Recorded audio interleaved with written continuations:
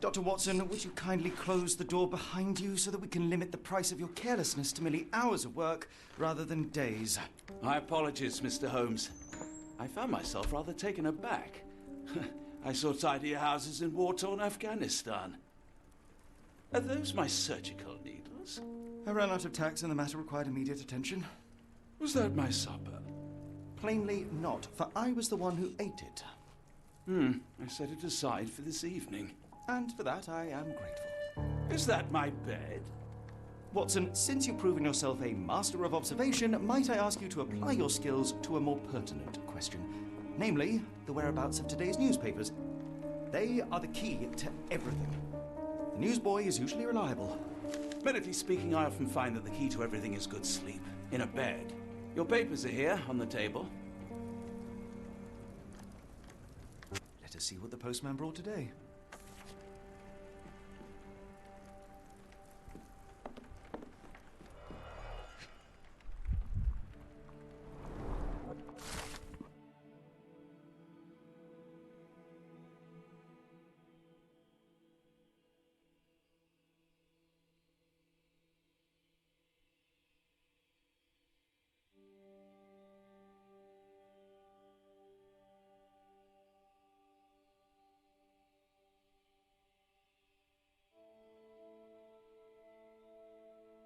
Local gossip, all of it uninteresting.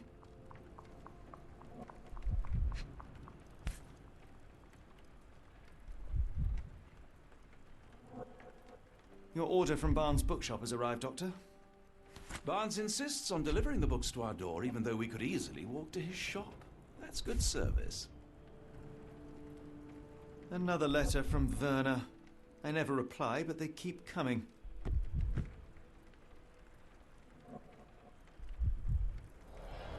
I don't see the Strand. Where is it? Pardon me?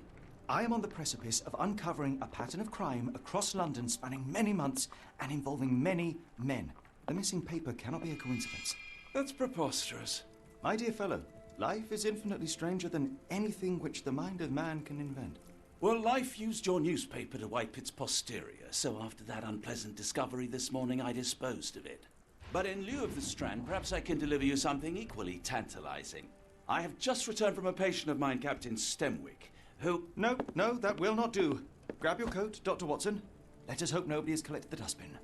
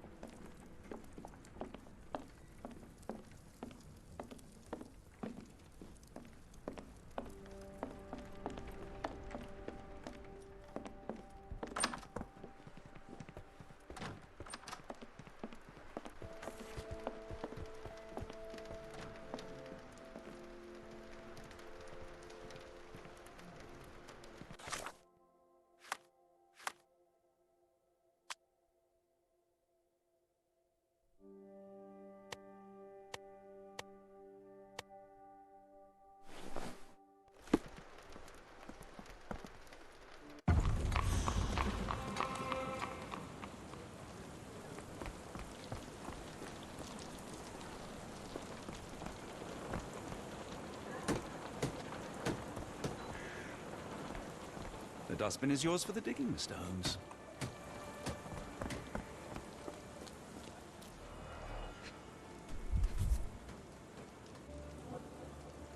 A cactus spine. If it gets in your skin, it's awfully tricky to remove, and when laced with poison, the perfect assassination tool.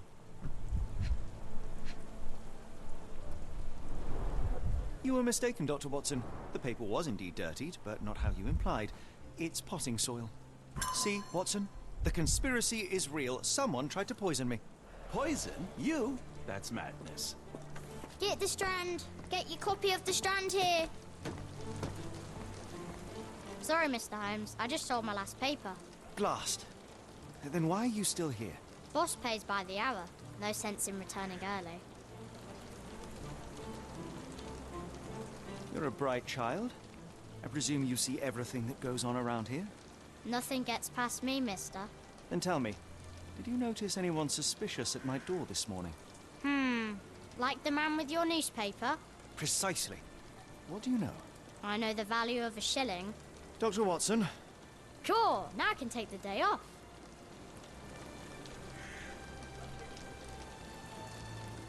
Did you see what he was up to? Nah, not really. I saw him approaching your house, but I had a customer. Then there's a loud bang. I ducked down. Not because I was scared, because I wasn't. I had to protect the merchandise, and all I could see was him kneeling at your door. Can you describe the man you saw? He was carrying a lot of books. Up to his chin they were. Never heard of a well-read assassin. Looks can deceive. Hence the appeal of disguises. Which way did he go? Not sure. I was distracted by customers. Sorry. All right. You earned your shilling. That'll be all. Thanks, Mr. Holmes. Maybe I could be your eyes and ears, if you have more shillings.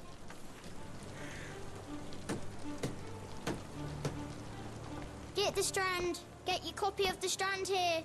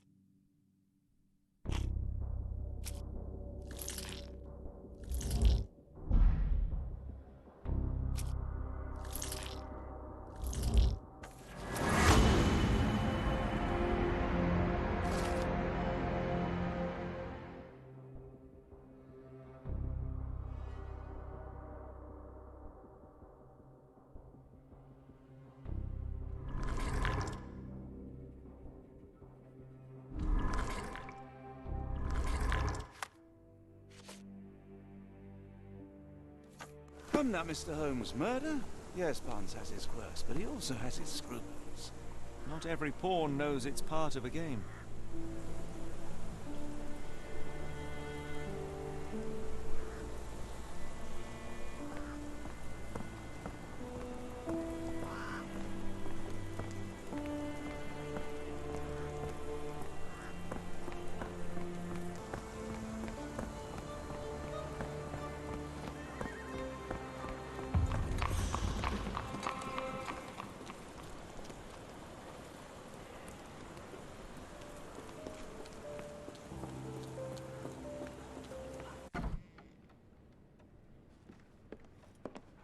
Why go through all this scheming to murder you? A spine stuck to the newspaper is hardly lethal.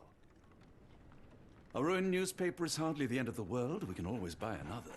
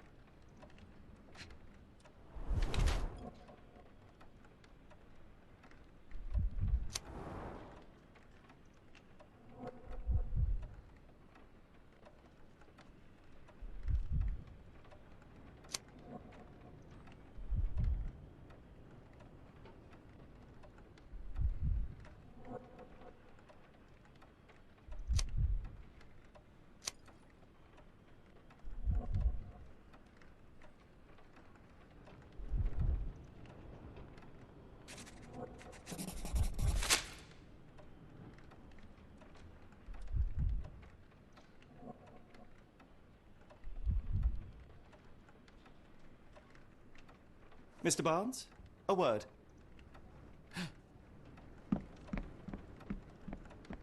Oh, for goodness sake.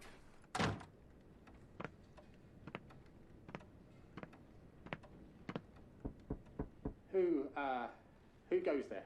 Sherlock Holmes. Now will you please... Mr. Holmes. Golly, I did not see you come in. Would you care to answer some questions for me? Well, I wish I could, but I am deep in the weeds with work. How about we reschedule in a month or two? Come now, Mr. Barnes. It will only take a moment. Really deep in the weeds with important things. Well, help yourself to any book. Just take it and pay later. I trust you, Mr. Holmes. Barnes doesn't seem like himself. Why is he acting this way? You're asking the right questions, Doctor. Let's find a way to coax him out.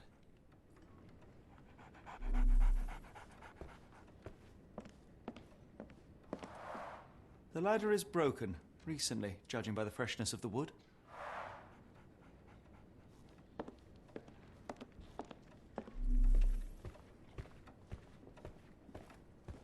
I could hardly imagine anything more macabre.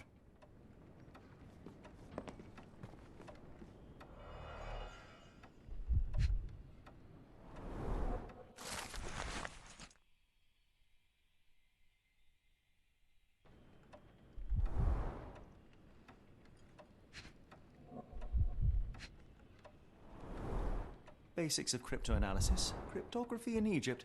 It appears Barnes has an interesting hobby.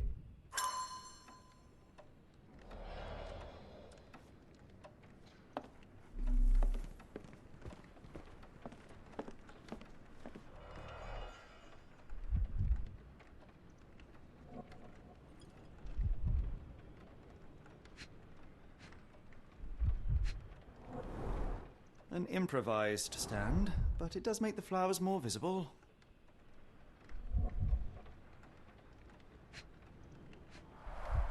The finest view London has to offer.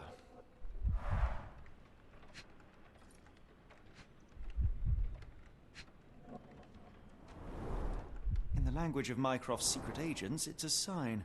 Dried flowers are replaced when the job is done. I wonder who the recipient is.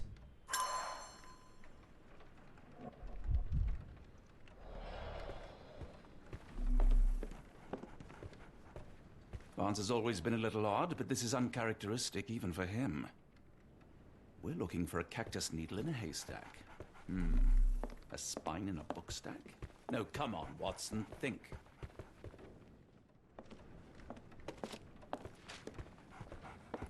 So, Barnes has a dog now.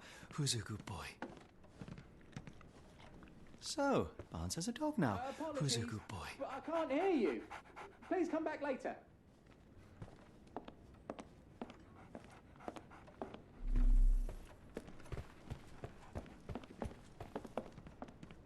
Didn't you once tell me that answers usually lie in plain sight?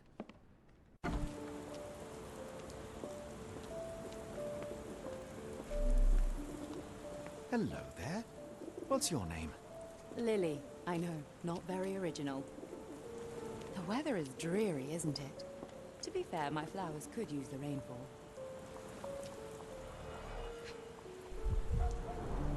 Encouraging people to stop and smell the roses? Our national emblem. God save the Queen. It must take patience and care to produce a bloom so beautiful. I imagine so. I merely sell them.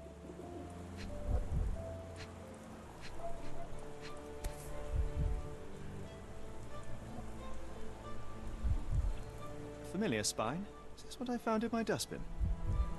The pot is damaged. The blow was severe, but softened by something.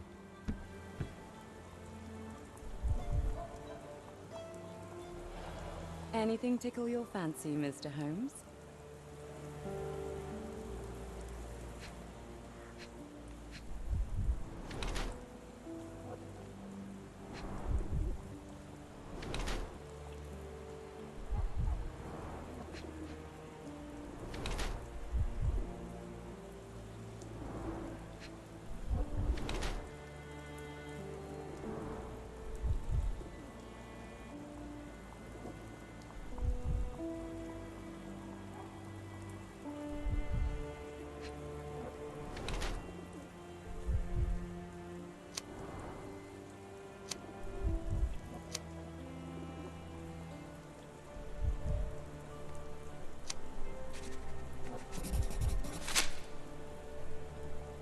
My condolences, Mrs. Fleming. Mr. Holmes? Your husband's death. You're clearly still in mourning. Oh, no. I loved him more than anything, of course, but that was some time ago now. Life goes on. A lesson we all learn, one way or another.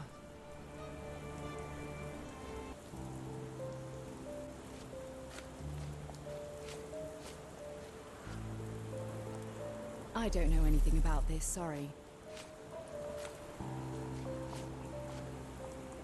What do you make of the flowers in Barnes' shop window? Well, they could use a bit of water. Do they mean anything to you? Mean anything how? I'm not sure I follow, Mr. Holmes. Why do you think they're there? Are you suggesting the flowers are for me? It seems likely, does it not? Oh, I hope you're right.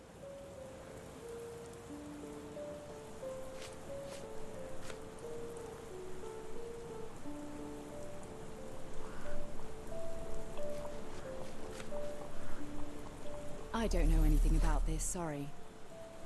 One of these things is not like the other. Come again? The cactus.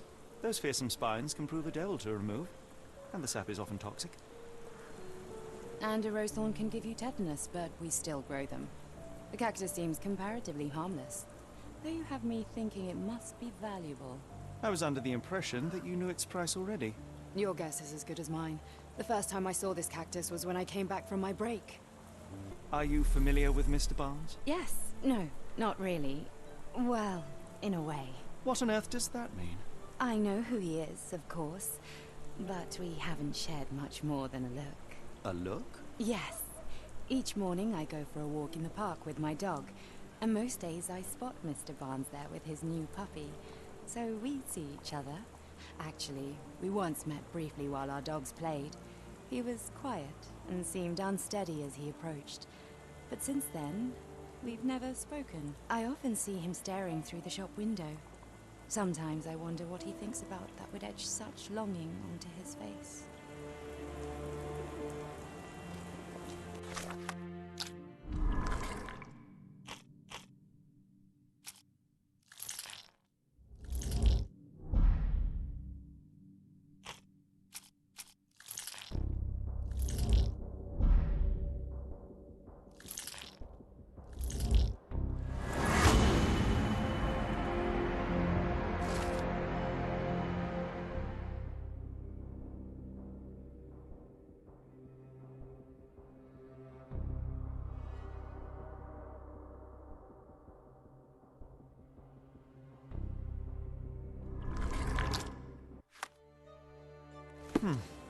I think perhaps I have been chasing shadows.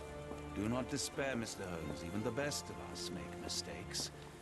We better tell Mr. Barnes what we've learned.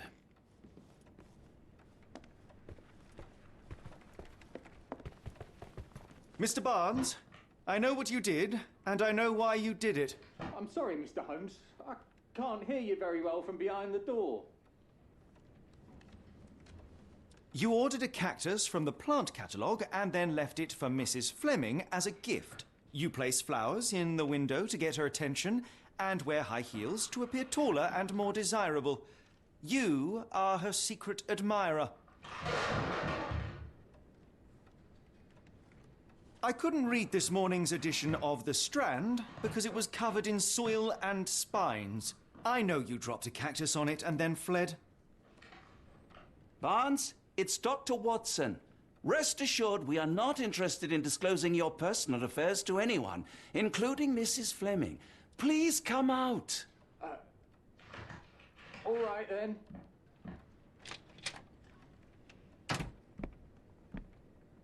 So, you know what happened then? I was on my way back from the post office, having picked up the cactus and some books. It was quite an awkward package, heavy too, and when I got to your door, I dropped the cactus and your paper. Forgive me. I needed that paper to prove a theory and prevent a crime. Your actions were rather disruptive. Your clumsiness carrying the post is matched only by the clumsiness of your romantic gesture. Oh, it's true. I am useless with this sort of thing. I'm not even sure if Mrs. Fleming noticed.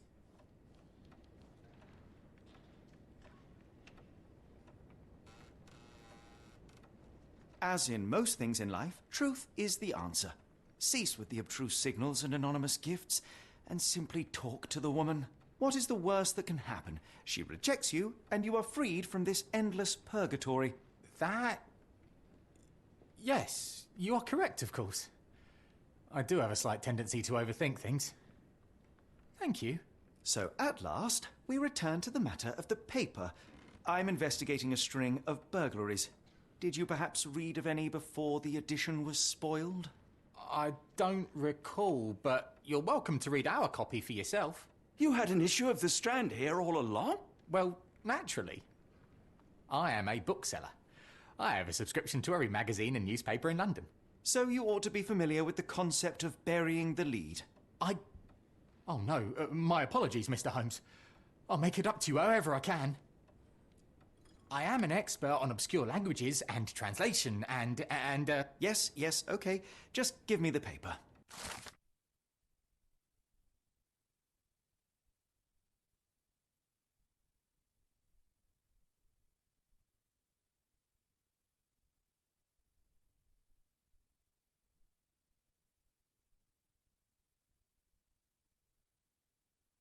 Come, Dr. Watson. Let us put this matter behind us. Farewell, Mr. Barnes. I hope to hear good news about you and Mrs. Fleming. Let me know if there's any way I can make it up to you. Tell you what, tomorrow's edition of The Strand is on me. I'm sure Barnes has had enough of our meddling, Mr. Holmes. We best be off. Well, that was an utter waste of time. An assassination did seem rather unlikely. There was supposed to be another burglary. I was certain of it. Something you wish to say, Doctor? No. Well, only that you have a remarkable faculty for deduction and pattern recognition. And that perhaps, if ill-applied... I see things that are not there. Yes. It is London. There will always be burglaries. Doesn't have to mean anything. So it seems. Forgive me. Without something to occupy my mind, I turn into an entirely different animal. Which brings us back to my news from earlier. I think I have a case for you, a real one. Truly? Indeed. Though perhaps not as thrilling as your stories from Cordona. A patient of mine, Captain Stenwick, told me that his servant disappeared. I said I knew just the man to help. What do you say? Oh, Watson. Yes, I know it's not the most tantalizing mystery, nor the story to launch my writing career. But it's brilliant. Let's go. Oh, good. Well, his house is nearby. Come.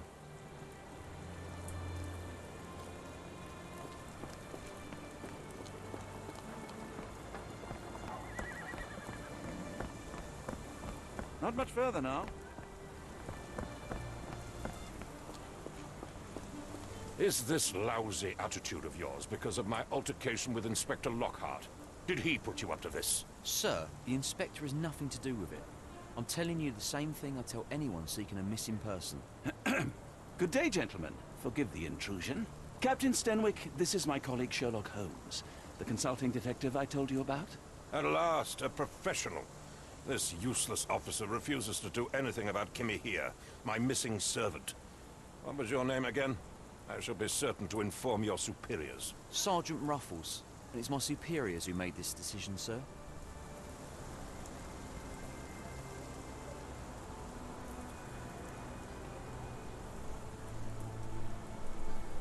Why has the police department decided not to help? We investigate murders, thefts, fraud, arson, real crimes.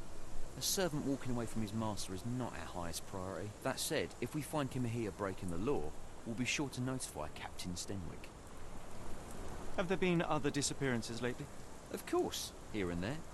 But when life is tough and opportunity comes knocking, you can't blame those who answer. Now, I must be off.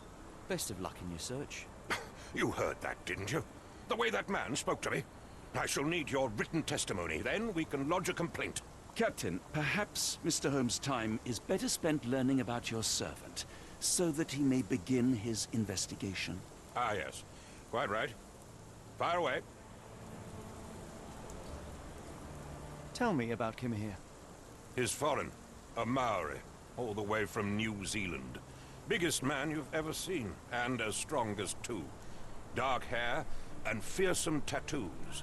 He doesn't speak a whit of English. Never bothered to learn. But I made do with pointing.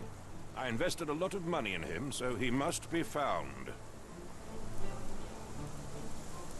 When did you last see your servant?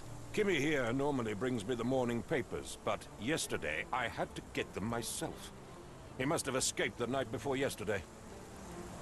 May I see your servant's bedroom? His shack is in the garden. You can't miss it.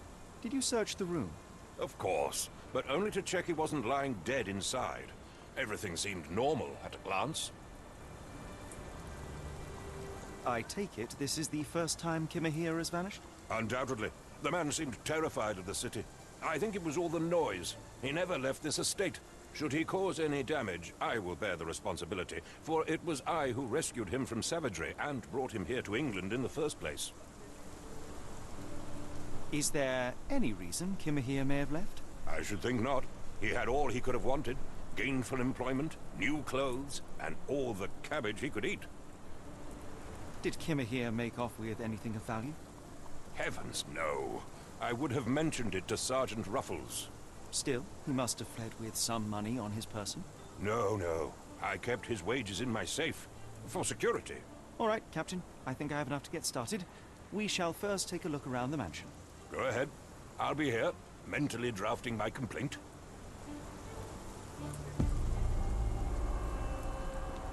Why are you still here?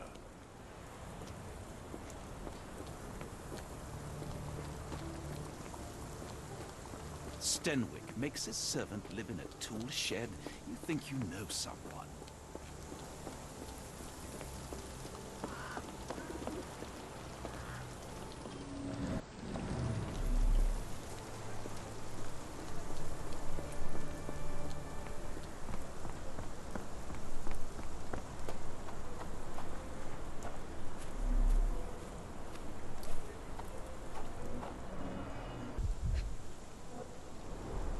Chewing tobacco.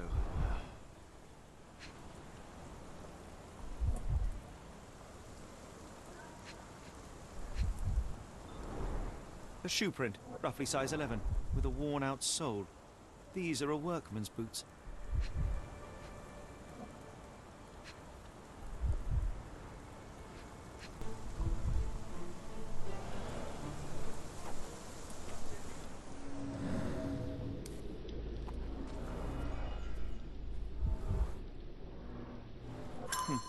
Looks like a knee print.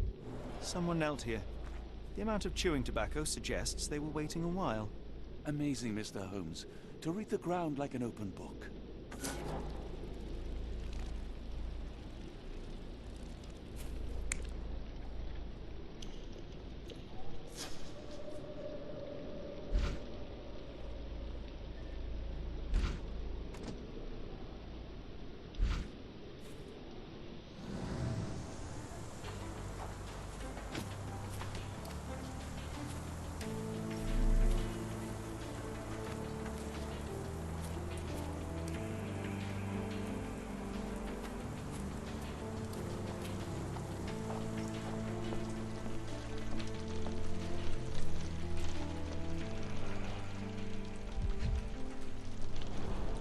Impressive. The sack of grain retained the shape of an impact. Someone hit their head here.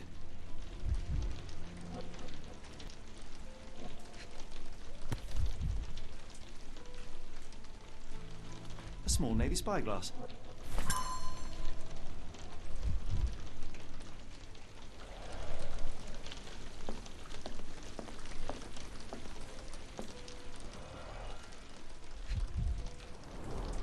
A scrap of Hessian.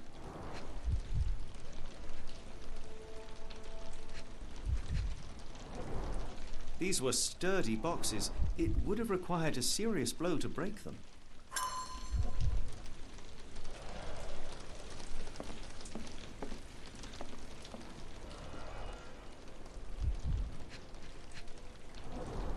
The ashes are long since cold. Button chops, the remains of a meal.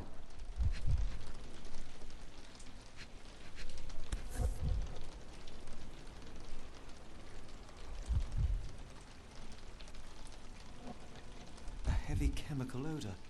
Lend me your nose, Doctor. Ah, I'll never forget that smell after my time in Afghanistan.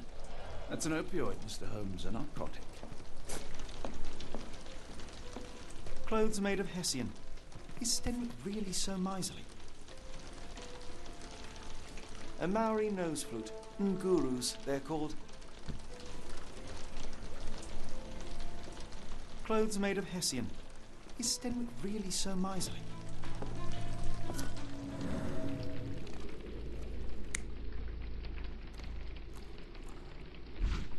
No air coming through it.